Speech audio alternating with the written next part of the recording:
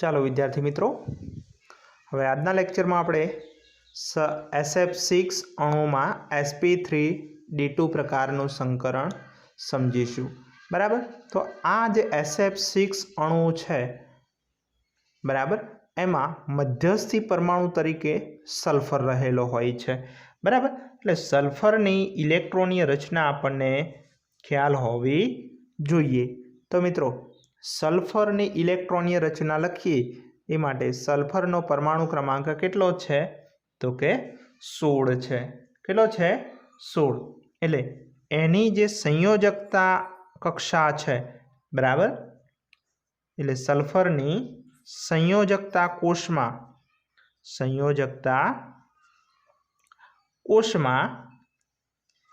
ઇલેક્ટ્રોનીય રચના કયા પ્રકારની હશે? તો કે ઇલેક્ટ્રોનની રચના આ પ્રકારની હશે. તો કે નિયોન, બરાબર, એના 10 ઇલેક્ટ્રોન, પછી આવશે 3s2 અને 3p4, બરાબર, 3s2 3p4. એટલે બાહ્યતમ કક્ષામાં ટોટલ કેટલા ઇલેક્ટ્રોન છે? તો કે 6 ઇલેક્ટ્રોન રહેલા છે. બરાબર.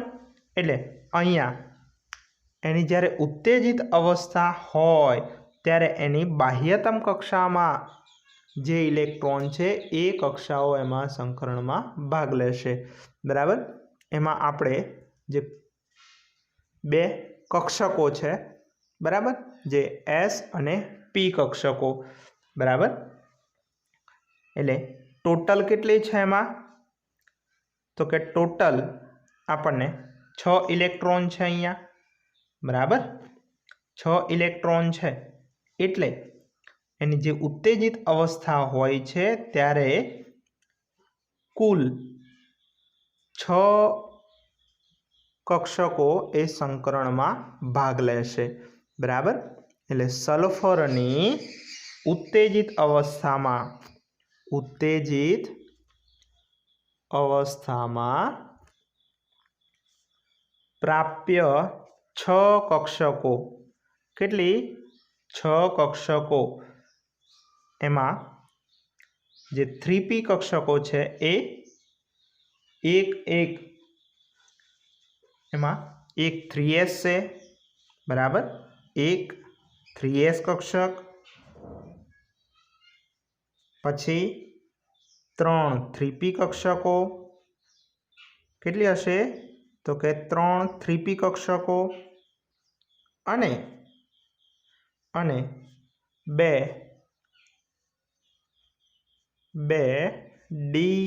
3d કક્ષકો, બરાબર, 2 3d કક્ષકો એ સંકરણમાં ભાગ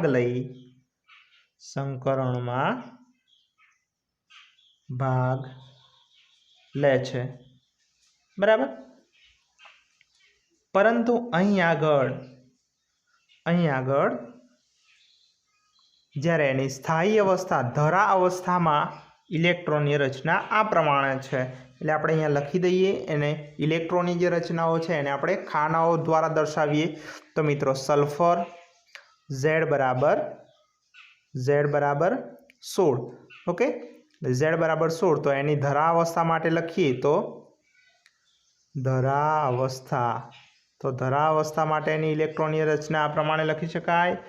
તો પહેલા આવશે એક S કક્ષક, પછી આવશે 3p કક્ષકો અને પછી આવશે 3d કક્ષકો. d કક્ષકોમાં કુલ 5 પેટા પ્રકારો છે જે આપણે જાણીએ છીએ. બરાબર. એટલે 2 3 4 અને 5.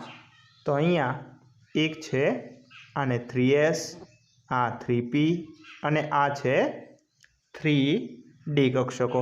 બરાબર. ધરા અવસ્થામાં S કક્ષકમાં 2 ઇલેક્ટ્રોન છે, બરાબર, પછી p કક્ષકોમાં 4 ઇલેક્ટ્રોન છે. એટલે પહેલાં તો એક ઇલેક્ટ્રોન ગોઠવાય, પછી એનું યુગ્મીકરણ શરૂ થાય. એટલે અહીંયા એક કક્ષકમાં 2 ઇલેક્ટ્રોન ગોઠવાયેલા છે. તો અહીંયા 3s અને 3p, બરાબર, એમાં આ રીતના ઇલેક્ટ્રોનીય રચનાઓ હોય છે। હવે જ્યારે સલ્ફર એ પોતાની ઉત્તેજિત અવસ્થામાં આવે છે ત્યારે ઉત્તેજિત અવસ્થામાં એની ઇલેક્ટ્રોનીય રચનામાં શું ફેરફાર થાય છે? તો જ્યારે સલ્ફર ઉત્તેજિત અવસ્થામાં આવે ત્યારે 3s કક્ષકમાંનો એક ઇલેક્ટ્રોન એક કૂદકો મારી અને એક 3d કક્ષકમાં જશે। એ જ રીતે 3p કક્ષકમાં રહેલા જે યુગ્મિત ઇલેક્ટ્રોન છે એ પણ એક ઇલેક્ટ્રોન કૂદકો મારી અને ડી કક્ષકમાં જશે। એટલે અહીંયા ઇલેક્ટ્રોનની રચના આ પ્રકારે જોવા મળશે આપણને કે અહીંયા એસ કક્ષકમાં એક જ ઇલેક્ટ્રોન, તો એ રીતે પી કક્ષકોમાં પણ એક એક ઇલેક્ટ્રોન છે, બરાબર। અને જે ડી કક્ષકો છે એમાં બે ડી કક્ષકોમાં એક એક ઇલેક્ટ્રોન ગોઠવાશે, બરાબર। એટલે અહીંયા આપણે એક એક ઇલેક્ટ્રોન ડી કક્ષકોમાં ગોઠવી દીધો છે। હવે જ્યારે એમાં શું થશે તો કે આ જે કેટલી કક્ષકો અહીંયા અર્ધપૂર્ણ ભરાયેલી છે તો કે એક 3s કક્ષક છે, 3 3p કક્ષકો અને 2 3d કક્ષકો જે અર્ધપૂર્ણ ભરાયેલી છે એક એક ઇલેક્ટ્રોન દ્વારા, બરાબર। એટલે અહીંયા હવે શું આવશે? જ્યારે પણ SF6ની રચના થાય, બરાબર, SF6ની રચના થાય ત્યારે અહીંયા જે નવા આવતા જે ઇલેક્ટ્રોન છે એક એક, બરાબર, એ 6 જે ફ્લોરિન પરમાણુઓ છે એ 6 ફ્લોરિન પરમાણુઓ એક એક ઇલેક્ટ્રોનનું દાન કરશે। એટલે અહીંયા સંકરણમાં ભાગ લેતી કક્ષકો કેટલી થઈ તો કે કુલ 6 કક્ષકો જે છે, બરાબર, એક એસ કક્ષક, 3 પી કક્ષકો અને 2 ડી કક્ષકો। એટલે સંકરણ કયું થાય તો કે sp3d2 પ્રકારનું સંકરણ થશે। કયું થશે? sp3d2 સંકરણ થશે, બરાબર। એટલે હવે આ જે 6 કક્ષકો એ અવકાશમાં નિયમિત અષ્ટફલકના 6 ખૂણાઓ ઉપર પ્રક્ષેપિત હોય છે, જેથી એમની વચ્ચેનો જે ખૂણો હશે એ ખૂણો કેટલાનો બનશે તો કે 90 ડિગ્રીનો। એટલે અહીંયા જે એની આપણે રચના જોઈએ તો અહીં આપણે લખી શકીએ કે અહીં 6 ફ્લોરિન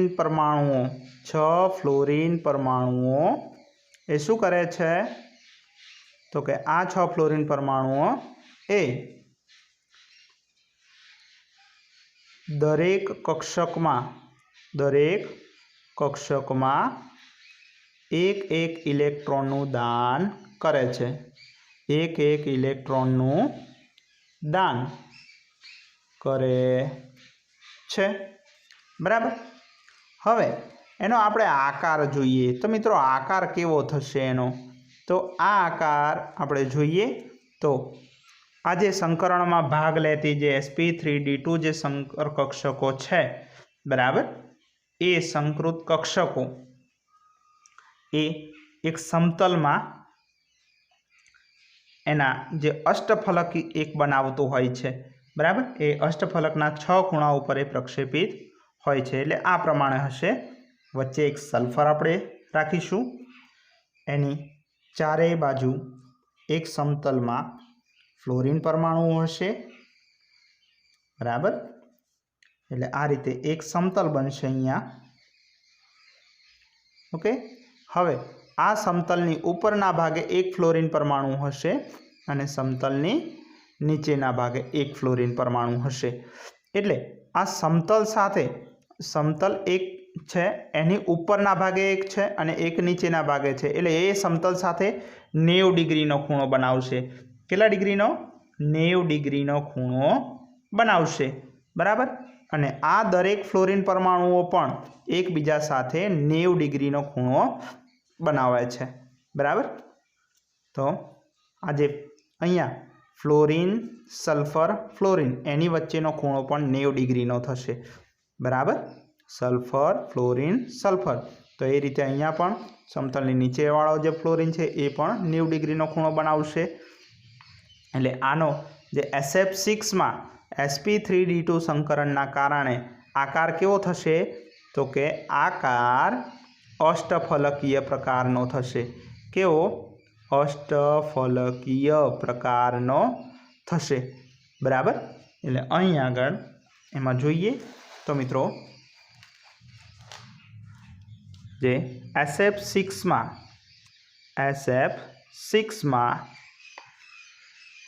દરેક ફ્લોરીન પરમાણુ એ અષ્ટફલકના 8 ખૂણા પર ગોઠવાય છે અને તેનો આકાર કેવો બનાવશે તો કે અષ્ટફલકીય આકાર બનાવશે। અષ્ટફલકીય આકાર બનાવે છે બરાબર। એટલે અહીંયા મિત્રો આપણું જે અષ્ટફલક આ રીતનું બને છે। અહીંયા સમતલ એક હોય બરાબર, એમાં મધ્યસ્થી પરમાણુ જે છે આપણો સલ્ફર બરાબર, ઉપર એક નીચે।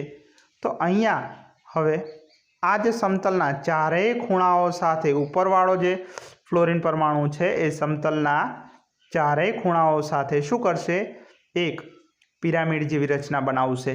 તો એ જ રીતે અહીંયા નીચે રહેલો પરમાણુ પણ સમતલ સાથે એક પિરામિડ જેવી રચના નીચે બનાવશે।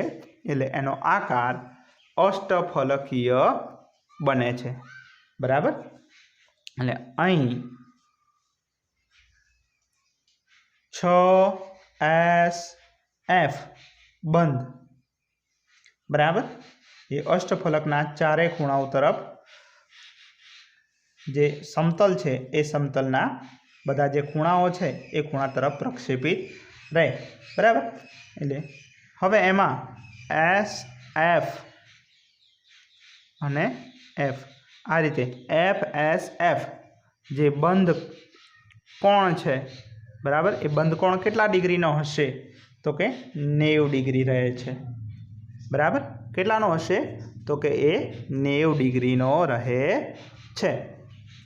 ઓકે, ત્યાર પછી મિત્રો હવે આગળ જોઈએ તો આણ્વીય કક્ષકવાદ બરાબર। આણ્વીય કક્ષકવાદ બરાબર। તો આણ્વીય કક્ષકવાદ એટલે કે મોલેક્યુલર ઓર્બિટલ થિયરી બરાબર। Molecular orbital theory MO theory પણ કહી શકાય। એટલે મોલેક્યુલર ઓર્બિટલ થિયરી। તો મિત્રો આ આણ્વીય કક્ષકવાદ એ શું છે તો સૌપ્રથમ એની વિશિષ્ટતાઓ જોઈએ આપણે।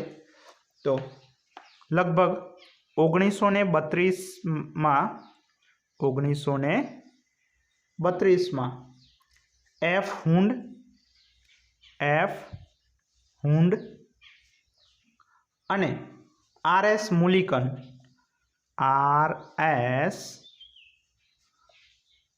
મુલિકન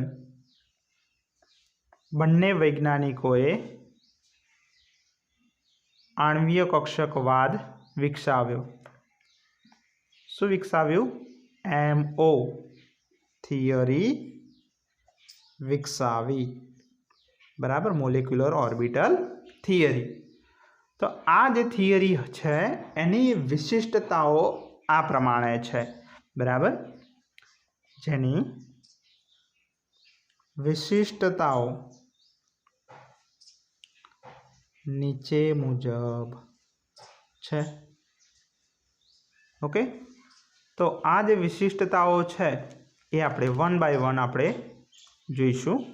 તો પહેલું જોઈએ તો જેમ પરમાણુમાં ઇલેક્ટ્રોન અલગ અલગ પરમાણુય કક્ષકોમાં ગોઠવાયેલા હોય એવી જ રીતે અણુઓમાં પણ રહેલા જે ઇલેક્ટ્રોન છે એ જુદી જુદી આણ્વીય કક્ષકોમાં पहला जे परमाणुओ हता तो ये परमाणुओनी परमाणवीय कक्षको हती। हवे आपणे जोवाना छे अणुओ, तो हवे एना माटे हशे आणवीय कक्षको। एटले जेम परमाणुमां इलेक्ट्रॉन जुदी जुदी परमाणवीय कक्षकोमां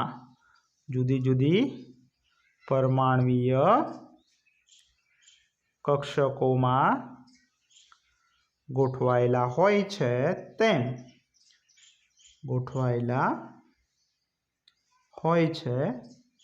तेम अणुमां पण एमां जे इलेक्ट्रॉन छे ए इलेक्ट्रॉन जुदी जुदी आणवीय कक्षकोमां गोठवायेला होय। बराबर, आणवीय कक्षकोमां गोठवायेला होय छे।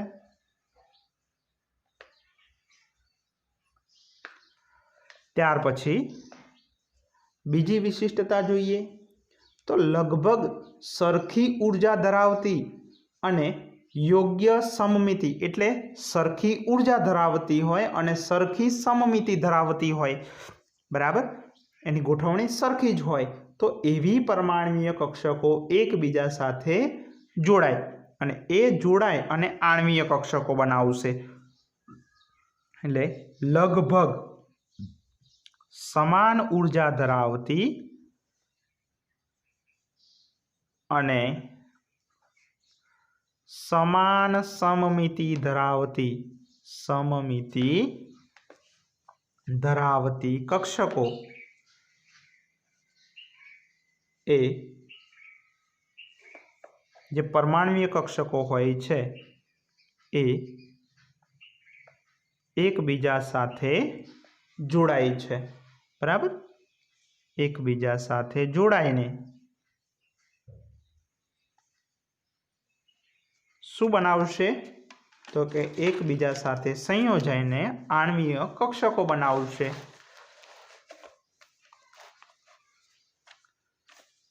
संयोजाई ने शुं बनावे छे तो के आणवीय कक्षको बनावे छे। बराबर, त्यार पछी नवी एक विशिष्टता लईए तो मित्रों आ जे परमाणवीय कक्षको छे एमां इलेक्ट्रॉन एक ज केंद्रथी असर पामेलो होय, कारण के परमाणु होय तो परमाणुमां एक ज एनुं केंद्र होय छे, पण आणवीय कक्षक बे अथवा तो बे करता वधारे अणुओ द्वारा ए असर पामेला होय छे। एमां बे करता वधारे केंद्र होय, कारण के अणु बनेलो छे એટલે अणु क्यारे बने तो के जुदा जुदा परमाणुओ भेगा थाय त्यारे अणु बने। बराबर, એટલે परमाणुवीय कक्षको जे छे ए परमाणुवीय कक्षकोमां इलेक्ट्रॉन ए एक ज केंद्रथी असर पामेलो होय छे, एक ज केंद्रथी असर पामेलो होय छे, परंतु दरेक आणवीय कक्षक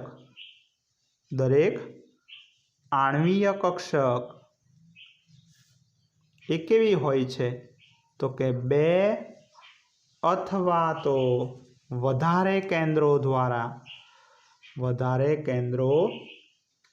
जे अणुमाना परमाणुओनी संख्या पर आधार राखे छे। बराबर, अणुमाना परमाणुओनी संख्या पर आधार राखे छे।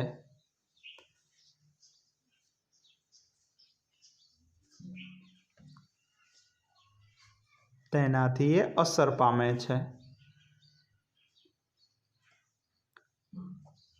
एटले कोईपण अणु होय तो ए अणुमां जेटला परमाणुओ हशे एटला केंद्रो हशे अने एटला केंद्रो वडे ए आणवीय कक्षको जे हशे ए असर पामशे। बराबर, परमाणुवीय कक्षकोमां एक ज सेंटर होय, पण अणु तो के जेवो अणु जेम के कार्बन मोनोक्साइड होय तो बे केंद्रो छे, बराबर। कार्बन डायोक्साइड होय तो 3 केन्द्रो थाय कारण के 3 परमाणुओ छे। एवी रीते NH3 नुं उदाहरण लईए तो एमां 4 केन्द्रो थाय कारण के 4 परमाणुओ छे। एटले जेटला अहींया तमने कीधुं ए प्रमाणे के दरेक आणवीय कक्षक ए 2 अथवा तो वधारे केन्द्रो अने आ सेना उपर आधार राखे केन्द्रोनी संख्या तो के एमां अणुमां रहेला परमाणुओनी संख्या उपर आधार राखे छे अने एनाथी ए असर पामे छे। बराबर। एटले आम परमाणुीय कक्षको जे छे एने आपणे शुं कहीए तो के एक केन्द्रीय कहेवाय कारण के ए एक ज केन्द्र वडे असर पामे छे। बराबर। एटले आम परमाणुीय कक्षको ए केवी छे तो के एक केन्द्रीय छे। केवी छे? एक केन्द्रीय छे। ज्यारे आणवीय कक्षको तो के आणवीय कक्षको ए बहुकेन्द्रीय छे कारण के बे मिनिमम 2 केन्द्रो तो होय ज अणुमां, 2 अथवा तो 2 करता वधारे होय एटले एने बहुकेन्द्रीय कहीशुं। एटले आणवीय कक्षको केवी थशे? बहुकेन्द्रीय छे। बराबर। बहुकेन्द्रीय छे। त्यार पछी आगळ जोईए नंबर 4 तो रचायेली जे आणवीय कक्षको रचायेली आणवीय कक्षको अने ते रचवा संयोजाती परमाणुीय कक्षकोनी संख्या पण सरखी ज होय छे। बराबर। એટલે જેટલી પરમાણુય કક્ષકો એકબીજા સાથે સંયોજાય એટલી જ નવી આણ્વીય કક્ષકો બને। બરાબર। એટલે રચાયેલી આણ્વીય કક્ષકો અને તે રચવા માટે સંયોજાતી પરમાણુય કક્ષકો તો એ કેવી હોય છે? परमाणुीय कक्षको पण सरखी संख्या में होय छे एटले एनी संख्या सरखी ज होय छे। बराबर। सरखी ज होय छे। एटले जो 2 परमाणुीय कक्षको एकबीजा साथे संयोजाय तो नवी बनती जे आणवीय कक्षको होय ए पण 2 ज होय। बराबर। एमांथी 2 प्रकारनी कक्षको रचाशे एमां एक जेटली रचाई होय एमांथी एक परमाणुीय कक्षक अथवा तो जे आणवीय कक्षक आपणे जे बने छे ए आणवीय कक्षक एने बंधकारक कहीशुं अने बीजी एने प्रतिबंधकारक आणवीय कक्षक कहेवाय। बराबर। एटले एमां लखीए तो ज्यारे परमाणुनी 2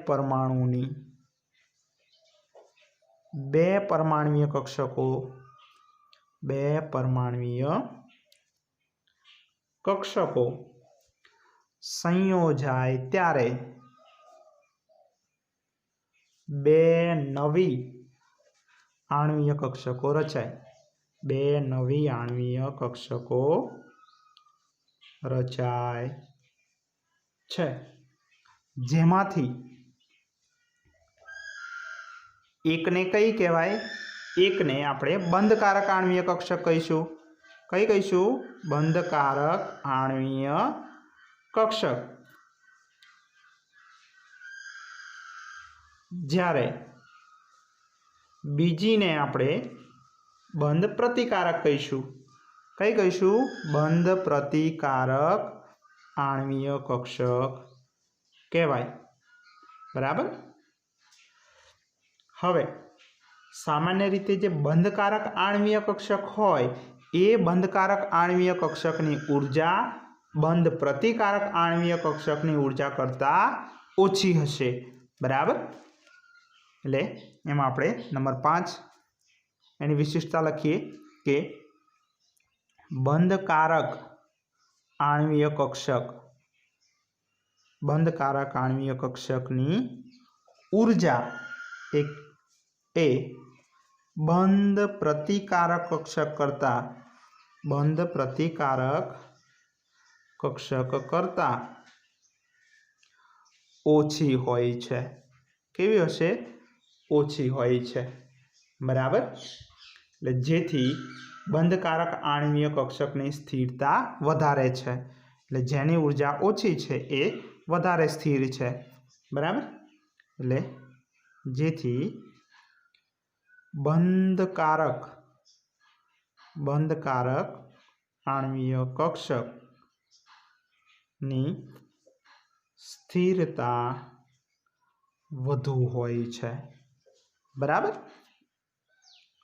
ત્યાર પછી આગળ એમાં લઈએ તો મિત્રો જે ઇલેક્ટ્રોનીય ગોઠવણીમાં જે પરમાણ્વીય કક્ષકો જે પ્રમાણે આઉબાઉ, પૌલી અને હુંડના નિયમને નું પાલન કરે છે એ જ રીતે આણ્વીય કક્ષકો પણ આઉબાઉ, પૌલી અને હુંડના નિયમનું પાલન કરે છે, બરાબર।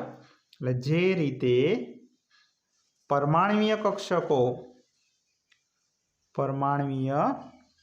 કક્ષકો આઉબાઉ, પૌલી અને હુંડના નિયમનું પાલન કરે છે એ જ રીતે આણ્વીય કક્ષકો પણ તેનું પાલન કરે છે, બરાબર। તો આ મિત્રો આણ્વીય કક્ષકવાદ જે છે એની વિશિષ્ટતાઓ છે, બરાબર।